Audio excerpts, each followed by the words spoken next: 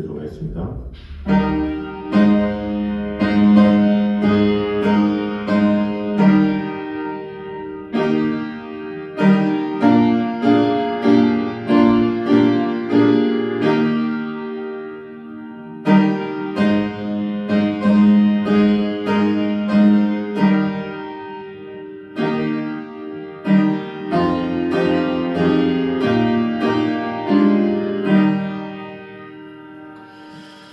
주께서 사랑하시는 형제들아, 우리가 항상 너희에 관하여 마땅히 하나님께 감사할 것은 하나님이 처음부터 너희를 택하사 성령의 거룩하게 하심과 진리를 믿음으로 구원을 받게 하심니, 이를 위하여 우리의 복음으로 너희를 부르사 우리 주 예수 그리스도의 영광을 얻게 하려 하심이니라.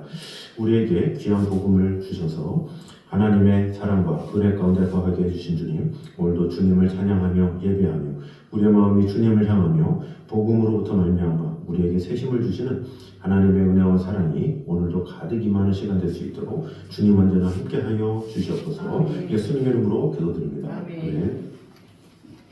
찬송가 206장 찬양하겠습니다.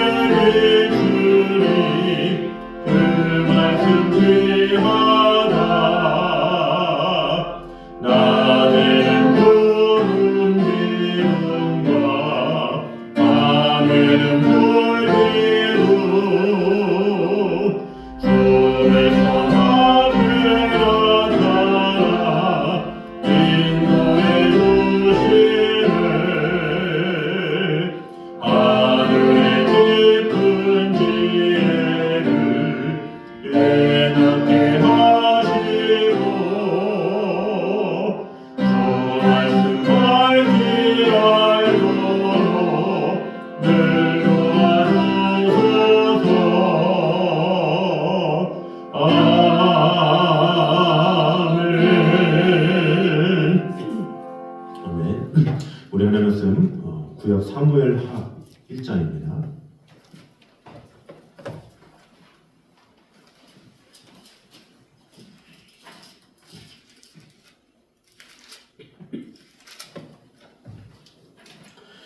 구약 사무엘하 1장 1절에서 10절까지 말씀입니다.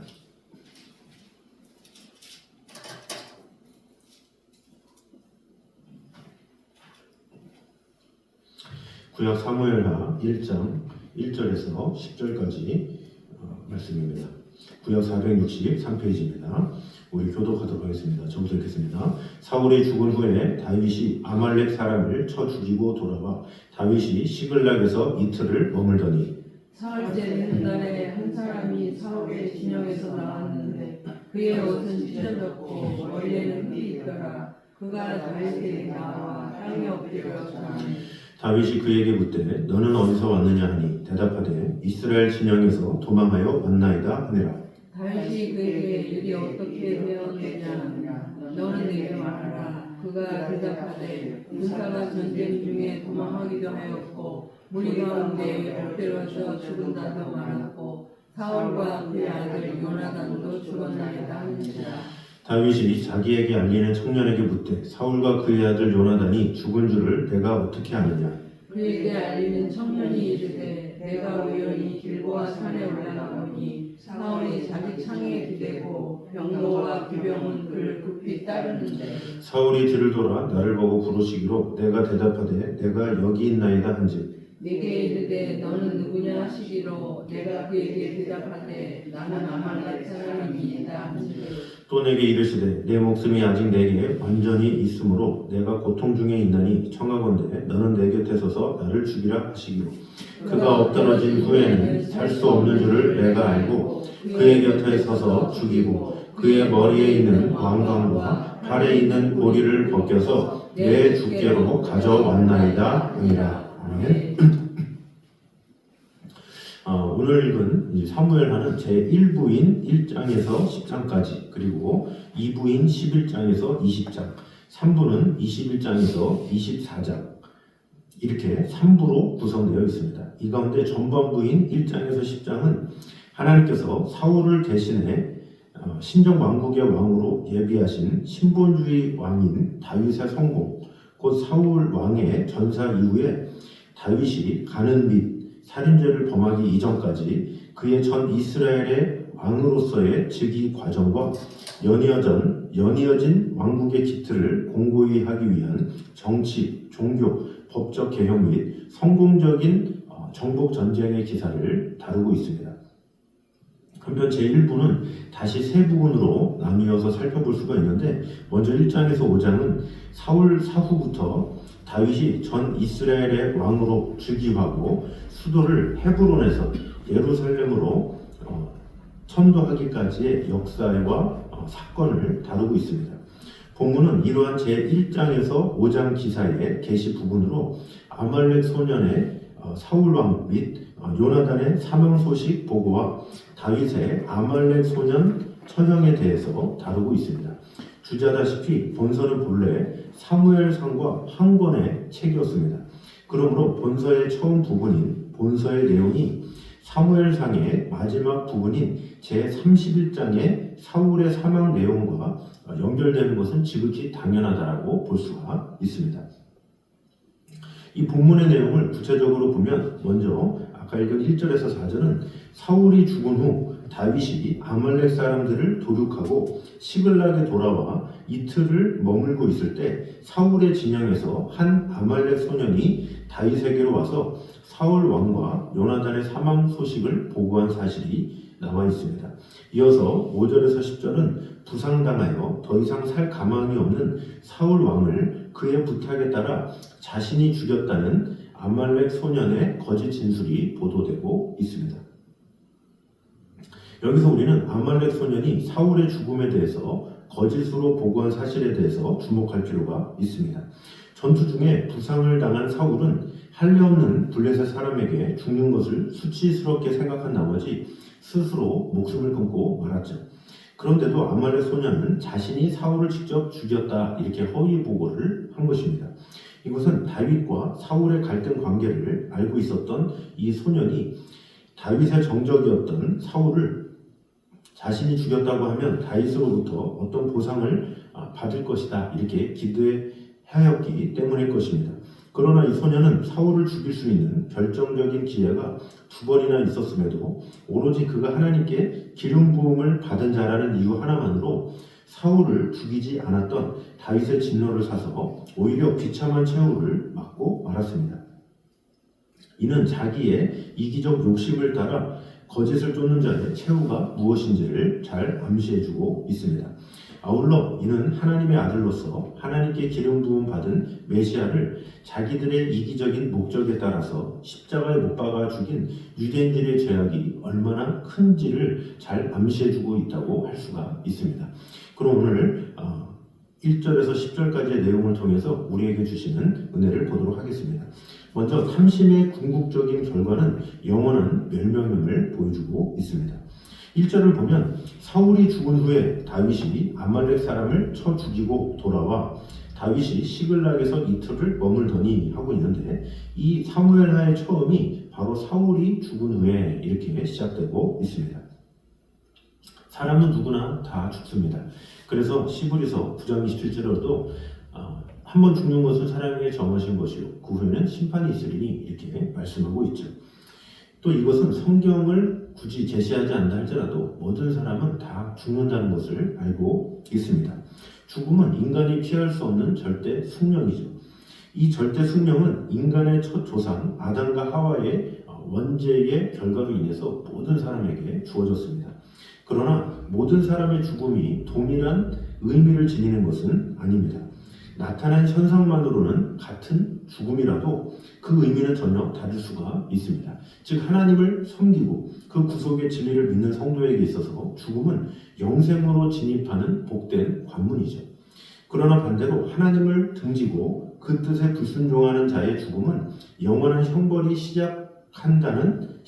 영원한 형벌의 시작이라는 의미를 지니고 있습니다. 그런데 안타깝게도 이 사울의 죽음은 후자에 가깝죠. 그렇다면 사울은 왜 이처럼 불행한 최후를 맞이했습니까? 사실 이 사울의 처음은 상당히 좋은 시작으로 있었습니다. 사울은 본래 불신 악인도 아니었죠.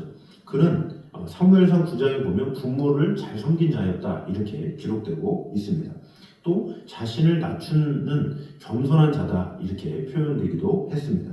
또 이스라엘의 이 왕으로 선출되었을 때만 해도 성령에 충만한 사람이었다라는 것을 기록하고 있습니다. 그런데 그와 같은 사울이 탐심으로 인해서 타락하고 마침내는 하나님께 버림을 받고 불행한 죽음에 이르게 된 것입니다. 사울은 하나님이 선지자 사무엘을 통해서 아말렉 족속과 또 가축을 다 멸하라 이런 명령을 받았죠.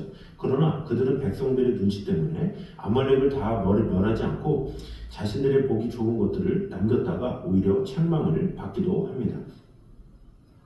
이후 계속해서 사울은 그 왕권에 대한 탐심 때문에 눈이 멀어서 다윗을 시기하고 또 제사장들을 진멸하는 등 폭군으로 변하고 말았습니다. 그리고 끝내 하나님을 외면하고 하나님이 가증히 여기시는 신접한 여인을 찾아가서 그를 의뢰했습니다. 하나님을 의지하기보다 어떤 신접한 여인을 찾아서 사무엘을 불러달라고 하고 결국 그의 말을 믿는 그런 최악의 상황까지 간 것이죠. 그리하여 그는 하나님의 심판으로 말미암아 비참한 최후를 맞이하는 것은 물론 그의 죽음은 영원한 형벌이 시작된 것이라고 볼 수가 있습니다. 탐심이 사울로 하여금 영원한 멸망에 이르게 된 것입니다. 그래서 야고보서 1장 15절에도 욕심이 잉태한즉 죄를 낳고 죄가 장성한즉 사망을 낳느니라 이렇게 말하고 있죠. 인간 모두는 다 욕심대로 살겠다, 탐심대로 살겠다 하는 사람은 없습니다. 그러나 시간이 지나면서 변하기 시작하고 또 욕심이라는 것이 하나 들어오기 시작하면 또 다른 욕심을 낳게 되고 탐심이 또 다른 탐심을 낳게 돼서 사람으로 하여금 타락하게 되고 변질되게 되는 것입니다. 또 서양 격언에는 탐심은 모든 죄악의 손잡이다 이런 말이 있습니다. 사실 아담과 하와가 범죄하여 죽음의 형벌에 이르게 된 것, 이것도 자신의 위치를 만족하지 못한 인간의 죄악의 결과라고 볼 수가 있습니다. 창세기 11장에 나온 바벨탑도 마찬가지죠. 인간이 하나님께서 주신 기술과 또 하나님께서 주신 지혜로 충분히 땅에서 거쳐가면서 자신들의 집을 짓고 또 하나님만을 예배하면서 살 수 있음에도 불구하고 니무롯을 통해서 탐심이라는 것이 들어와서 하나님을 이겨보자, 비기겠다 이런 생각으로 탑을 쌓다가 결국에는 하나님의 진노를 받아 언어가 나뉘게 되죠. 결국 사람들은 자신에게 주어진 것을 만족하지 못하고 더 많은 것, 더 좋은 것, 더 탐욕스러운 것 이런 것을 따지다가 결국에는 하나님께서 허락하지 않은 것을 더 얻고자 함으로써 범죄하고 마지막에는 멸망에 이르게 되는 것입니다. 그러므로 우리는 가장 경계해야 될 것이 바로 탐심이죠. 우리는 하나님이 우리에게 허락하신 분복에 만족하면서 하나님이 허락하시지 않은 것을 자기 욕심에 따라 구해서는 안 되겠습니다. 우리가 현실에서 행복한 삶을 살지 못하는 것이나 많은 사람들이 영원한 멸망의 길로 가는 가장 큰 원인은 바로 탐심에 있다는 사실을 꼭 기억하며 우리에게 어떤 상황과 환경이 주어든지 간에 늘 감사함으로 자족하며 하나님께 온전히 영광 돌릴 때 하나님께서 우리를 사용해 주시고 은혜 주신다는 사실을 꼭 기억하므로 우리의 신분이나 우리의 상황이나 우리의 태도가 어떠한지를 늘 돌아보며 하나님 앞에 늘 겸손한 마음으로 처음 가졌던 그런 겸손함을 끝까지 유지하며 하나님의 말씀에 따라 순종하며 나아가는 저여러분 되시기를 주님의 이름으로 축원합니다. 자, 두 번째는 악한 자일수록 자신을 선한 자로 위장한다는 사실을 보여주고 있습니다. 2절은 사울의 죽음에 대한 소식을 전하려고 온 아말렉 소년의 모습에 대해서 나와 있습니다. 2절을 보면 사흘째 되는 날에 한 사람이 사울의 진영에서 나왔는데 그의 옷은 찢어졌고 머리에는 흙이 있더라. 그가 다윗에게 나와 땅에 엎드려 절했다. 이렇게 말하고 있습니다. 그런 전쟁터에서 필사적으로 싸우다가 온 군인처럼 망신창이가 된 모습으로 다윗에게 나타났습니다. 여기서 옷이 찢기고 머리에 흙이 묻었다. 이것은 전쟁의 패배에 대한 그의 슬픔을 나타내고 더 나아가서 그의 죽은 사울에 대해서 애도의 마음을 품고 있었다라는 것을 나타내주고 있습니다. 그러나 우리는 이 아말렉 소년이 실로 이스라엘군에 소속되어 있었는지 그 사실 여부는 확인할 수가 없습니다. 그가 만일 이스라엘군에 소속되어서 블레셋과 싸웠다면 그는 이스라엘에 귀화한 아말렉 사람의 이세였을 가능성이 큽니다. 그러나 한편으로 이 아말렉 소년은 패전한 이스라엘군 시신 사이를 다니면서 약탈을 일삼던 아말렉 족속 중에 하나로서 사울이 죽으면 자연히 다윗이 이스라엘의 왕이 된다는 사실을 안 아말렉 족속이 다윗의 환심을 사기 위해서 위장하여 보낸 자일 가능성도 없지 않습니다. 그렇다면 아말렉 족속이 어떤 자들입니까? 아말렉 족속은 출애굽 시대 때부터 이스라엘의 대적이었으며 도적되었습니다. 민수기 13장과 24장에 그렇게 기록되어 있습니다. 거기에 며칠 전에도 다윗의 근거지인 시글락을 침공하여 사람들을 납치해가고 재산을 약탈해갔던 자들입니다. 이 사무엘상 30장에 그들의 반응에 대해서 나오죠. 그러한 그들이 다윗의 적이 아니라 친구로 위장한 것이죠. 즉 자신들이 선한 자인 것처럼 가장한 것이죠. 이렇게 악한 자들은 자신들의 실체를 잘 드러내지 않고 선한 모양으로 자신들을 나타내려는 특징이 있습니다. 이것은 그들이 아비인 사탄을 그대로 본받은 것이죠. 그래서 사탄은 거짓의 아비로서 자신을 광명의 천사로 가장한다. 이렇게 고린도서 11장에 말씀하고 있습니다. 그와 같이 사탄의 자녀들인 악한 자들도 자신들을 선한 존재인 양 가장하는 것이죠. 그래서 바울 사도는 사탄의 일꾼도 자기를 의의 일꾼으로 가장한다 이렇게 분명히 말하고 있습니다. 악한 자일수록 선한 자로 가장하며 교회의 거짓된 자들일수록 진실한 이웃으로 가장하고 교회의 적일수록 교회의 친구로 위장하기도 합니다. 곧 교회를 비진리로 혼란케 하고 성도들을 미혹하여 멸망의 길로 인도하기 위해서 그렇게 하죠.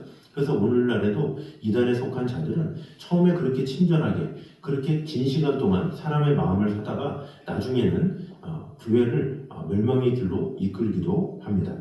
예수님은 말세가 될수록 자신을 그리스도로 위장하여 성도들을 미혹해 하는 자들이 창궐할 것이다. 이렇게 마태복음 24장에 경고하고 계십니다.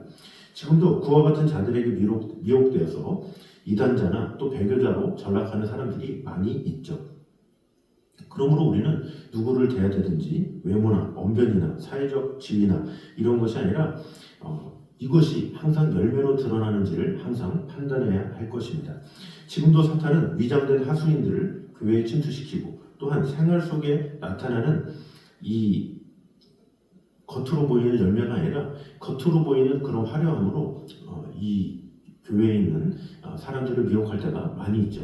이것에 대해서 늘 들었다, 안다고 하지만 그럼에도 불구하고 오늘날의 한국교회가 이단에게 넘어가기도 하고 또 미혹되기도 하고 한 영혼이 하나님께서 기뻐하시지 않은 방향으로 가는 경우가 너무나도 많이 있죠. 그래서 우리는 항상 내 입술의 열매, 내 삶의 열매 그런 것들이 온전히 맺혀지는지를 늘 돌아보면서 아버지 하나님께서 우리를 사랑하신다면 내 마음과 정성과 내 뜻이 정말로 온전한 열매로 맺어지고 있는지 영혼의 열매로, 인격의 열매로, 사랑의 열매로 맺어지는지 돌아봐야 할 것입니다. 그래서 에베소서 5장 6절과 7절에도 누구든지 헛된 말로 너희를 속이지 못하게 하라. 이를 인하여 하나님의 진노가 불순종의 아들들에게 임하나니 그러므로 저희와 함께 참여하는 자가 되지 말라 이렇게 말씀하고 있습니다. 그러므로 우리가 항상 깨어서 교회 안에 참 진리가 온전히 들어와서 오직 하나님의 말씀만이 뿌리내리고 그 말씀으로 늘 승리하며 우리 각 성도가 하나님의 말씀으로 하나가 되어서 하나님의 뜻을 이루는데 집중하며 또 마음을 다하는 저 여러분 되시기를 주님의 이름으로 축원합니다. 아멘. 자, 마지막 세 번째로는 악인들은 그들 자신의 도덕적 기준에 의하여 모든 일을 판단함을 보여주고 있습니다. 오늘 본문 6절에서 10절은 사울의 죽음에 대하여 묻는 다윗의 질문에 대한 아말렉 소년의 답변이 나와 있습니다. 6절부터 보면 그에게 알리는 청년이 이르되 내가 우연히 길보아 산에 올라가 보니 사울이 자기 창에 기대고 병거와 기병은 그를 급히 따르는데 사울이 뒤를 돌아 나를 보고 부르시기로 내가 대답하되 내가 여기 있나이다 한즉 내게 이르되 너는 누구냐 하시기로 내가 그에게 대답하되 나는 아말렉 사람이니이다 한즉 또 내게 이르시되 내 목숨이 아직 내게 완전히 있으므로 내가 고통 중에 있나니 청하건대 너는 내 곁에 서서 나를 죽이라 하시기로 그가 엎드러진 후에는 살 수 없는 줄을 내가 알고 그의 곁에 서서 죽이고 그의 머리에 있는 왕관과 팔에 있는 고리를 벗겨서 내 주께로 가져왔나이다. 이렇게 말을 하고 있죠. 그는 사울의 죽음에 대하여 거짓으로 그럴듯하게 꾸며 이야기했습니다. 특별히 여기서 아말렉 소년은 자신이 사울을 죽였다고 진술했습니다. 아말렉 소년은 왜 자신이 사울을 죽였다고 했겠습니까?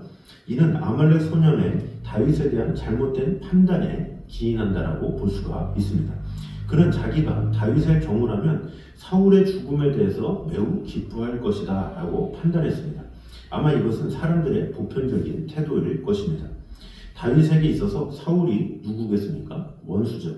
다윗은 사울에 의하여 죽음을 받을 수밖에 없었던 그런 고비를 수없이 맞이한 사람이었습니다.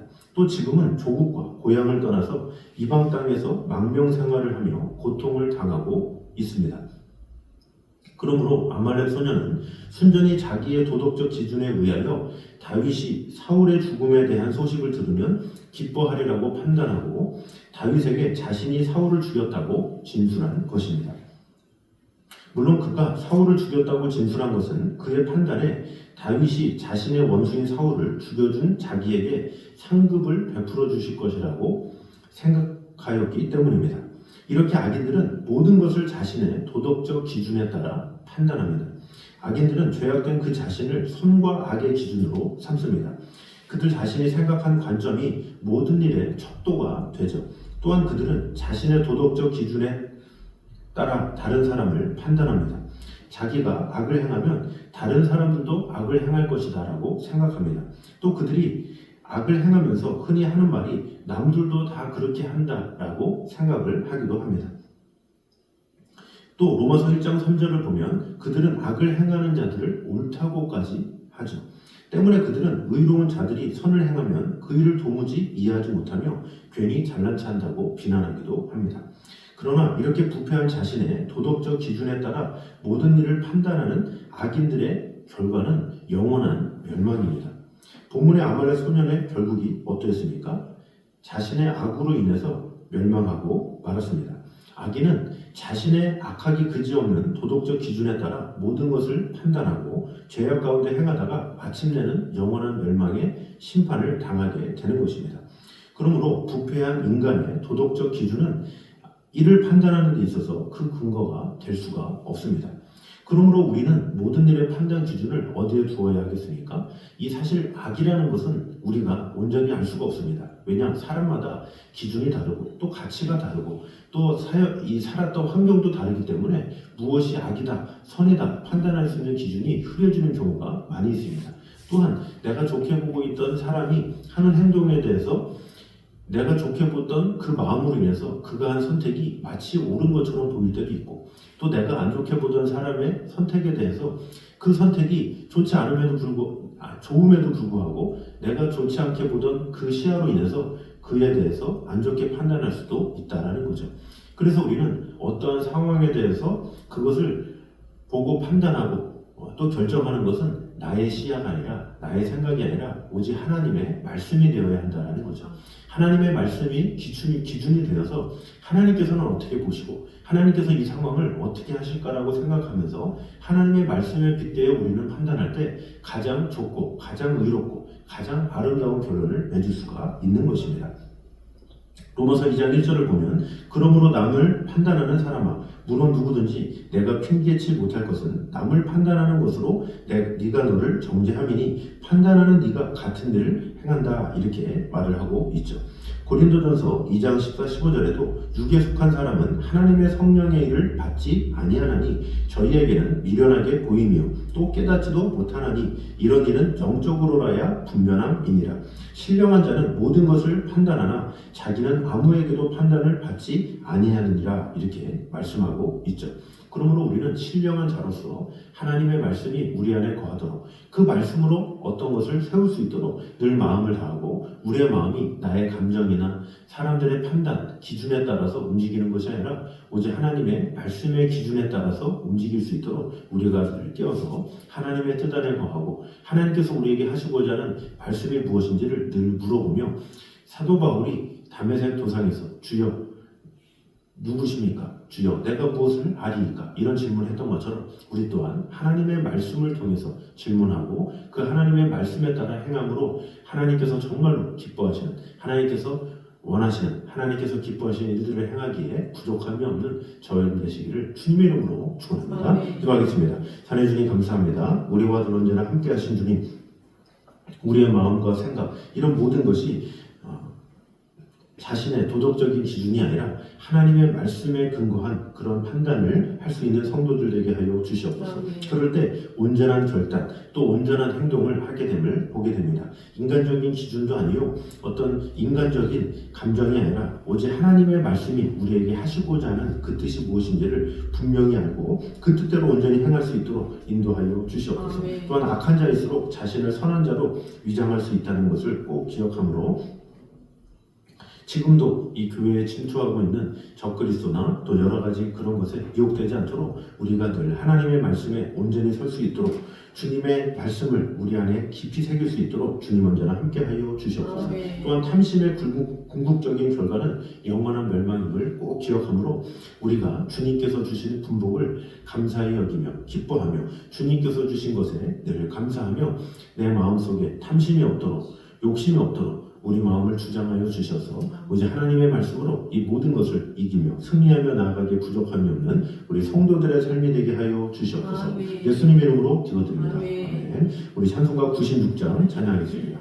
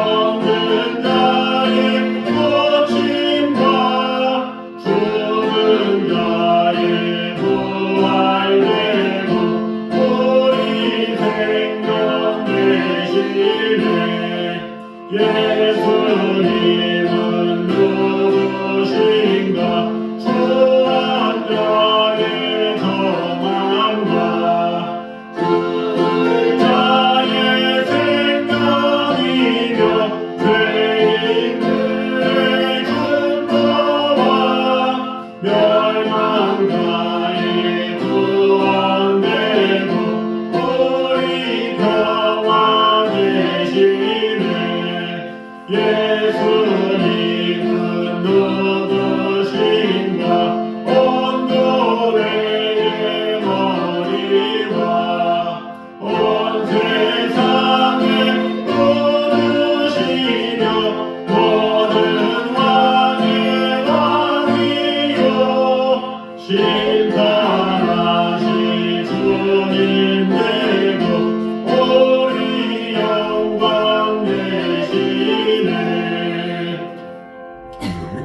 이제는 우리 주 예수 그리스도의 은혜와 아버지 하나님의 무한하신 사랑과 성령님의 교통하심이 늘 우리와 함께 계시는 하나님의 말씀 위에 우리의 기준을 세우고 하나님께서 기뻐하시는 대로 행하기 부족함이 없는 이 자리에 있는 모든 성도들 위해 이부터 영까지 함께 있기를 간절히 축원하옵나이다. 아멘.